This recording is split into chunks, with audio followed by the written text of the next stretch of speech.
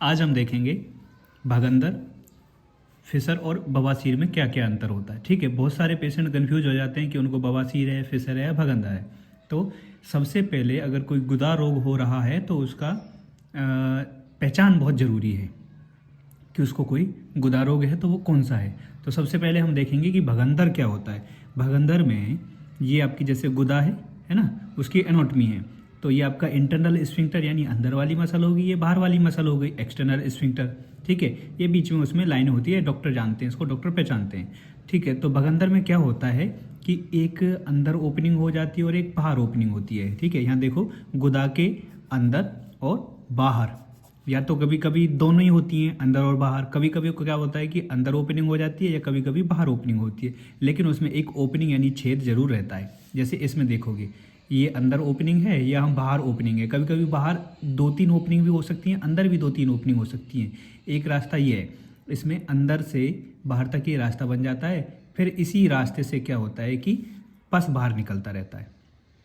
और ये पस कब बनता है? जब फोड़ा हो जाता है। पहले फोड़ा होगा, उसके बाद फोड़ा फूट जाएगा, उसमें से पस निकलेगा, उसके बाद ये भगंदर बन जाता है। इसमें क्या है, जब तक अंदर पस है, फोड़ा है, तब तो दर्द बहुत ज़्यादा होता है, लेकिन जैसे ही फोड़ा फूट जाता है तो दर्द उसका कम होने लगता है। ठीक है, भगंदर पुराना है तो उसमें दर्द कम हो जाता है, लेकिन उसमें से पस निकलना ये कभी बंद नहीं होता।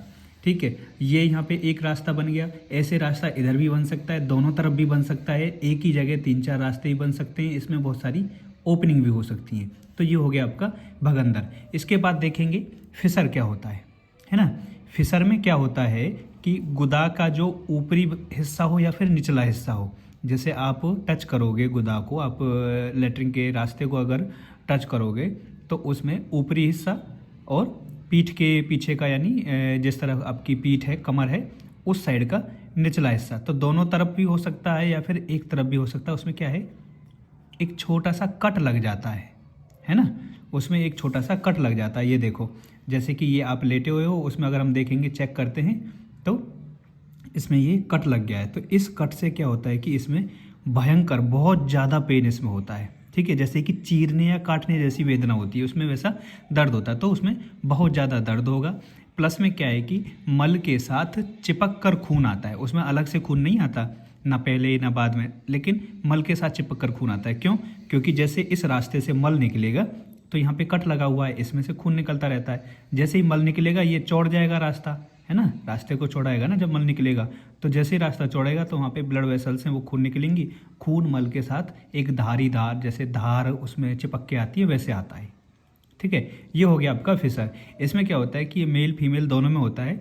महिलाओं में इसका ज़्यादा होने की संभावना रहती है, क्योंकि उनको प्रेगनेंसी के टाइम पर जैसे कॉन्स्टिपेशन वगैरह होता है ना, उसमें। और पुरुषों में भी, जैसे आजकल बहुत सारे मोमो, बर्गर, पिज्ज़ा जो खाते हैं, है ना, लाल चटनी वगैरह, उससे क्या कब्ज़ होती है। कब्ज़ होने के बाद वो लेटरिन टाइट आती है तो इस रास्ते को चौड़ा के आती है, तो फिर इसमें क्या है कि कट लग जाता है।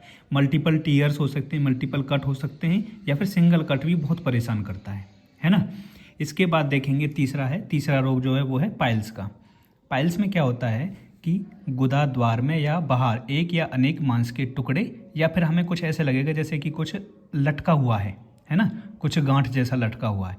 और क्या होता है, मल के पहले, यानी आप जब शौच करने जाते हो तो मल के पहले या बाद में खून आता है ना।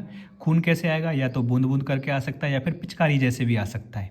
और इसमें दर्द हो सकता है। दर्द हो सकता है मतलब कि नॉर्मली दर्द नहीं होता, लेकिन अगर उसमें आपके जो ये मस्से हैं, बवासीर के मस्से, ये फूल जाते हैं और इसमें अगर इन्फेक्शन हो गया, इन्फ्लामेशन हो गया है, सूजन हो गई है, तो इसमें दर्द भी हो सकता है।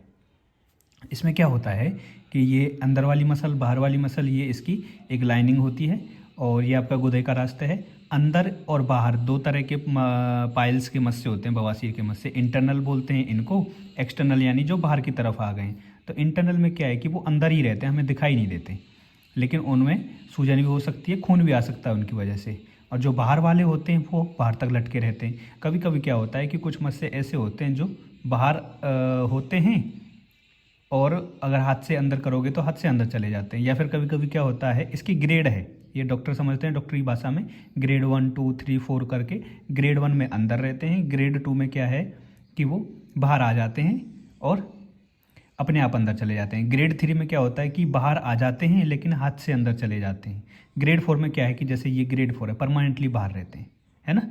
ये आपके बवासीर के लिए बताया गया है इसमें।